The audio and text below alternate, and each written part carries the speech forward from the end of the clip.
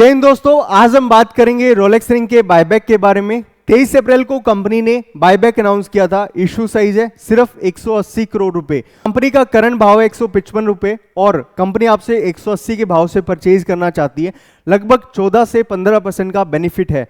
अब सवाल आता है कि आपको शेयर कब परचेज करनी चाहिए और रिकॉर्ड डेट कब तक अनाउंस हो सकती है। मेनली रिकमेंडेशन होती है कि रिकॉर्ड डेट जब अनाउंस होती है उस दिन तक आपको शेयर परचेज करने चाहिए और इंस्टॉलमेंट्स में परचेज करना चाहिए, बिकॉज इस प्रोसेस में प्राइस बहुत फ्लक्चुएट होता है और इस प्रोसेस में लगभग 1 से 1.5 महीने का टाइम होता है। तो मेनली रिकमेंडेशन है कि आपको इंस्टॉलमेंट्स में बाय करो और जो मेजर लॉट है रिकॉर्ड डेट अनाउंस होने के बाद परचेज करना चाहिए।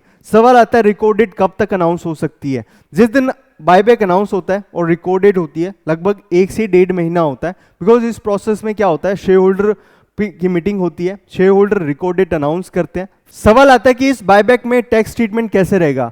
1 अप्रैल 2026 से टैक्स ट्रीटमेंट करने का तरीका अलग था, आज टैक्स ट्रीटमेंट अलग है।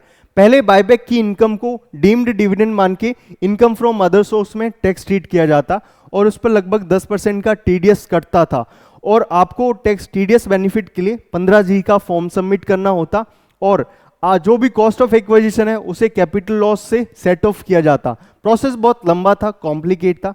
अब जो भी आपकी बायबैक इनकम है उसे कैपिटल गेन ट्रीट किया जाएगा। अगर आपने 12 महीने से पहले परचेज कर रखा है वो लॉन्ग टर्म कैपिटल गेन में आएगा। लगभग 12.5% का टैक्स देना होता है और लॉन्ग टर्म कैपिटल गेन में 1,25,000 का एग्जम्पशन मिलता है बायबैक में और शॉर्ट टर्म में सीधा है 20% का आपको शॉर्ट टर्म कैपिटल गेन देना होता है।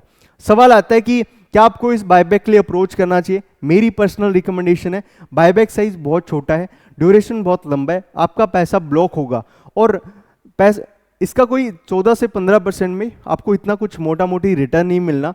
तो स्टे ट्यून, इसके रिगार्डिंग कुछ भी अपडेट आता है stay tune, stay connected. Happy investing, thank you so much.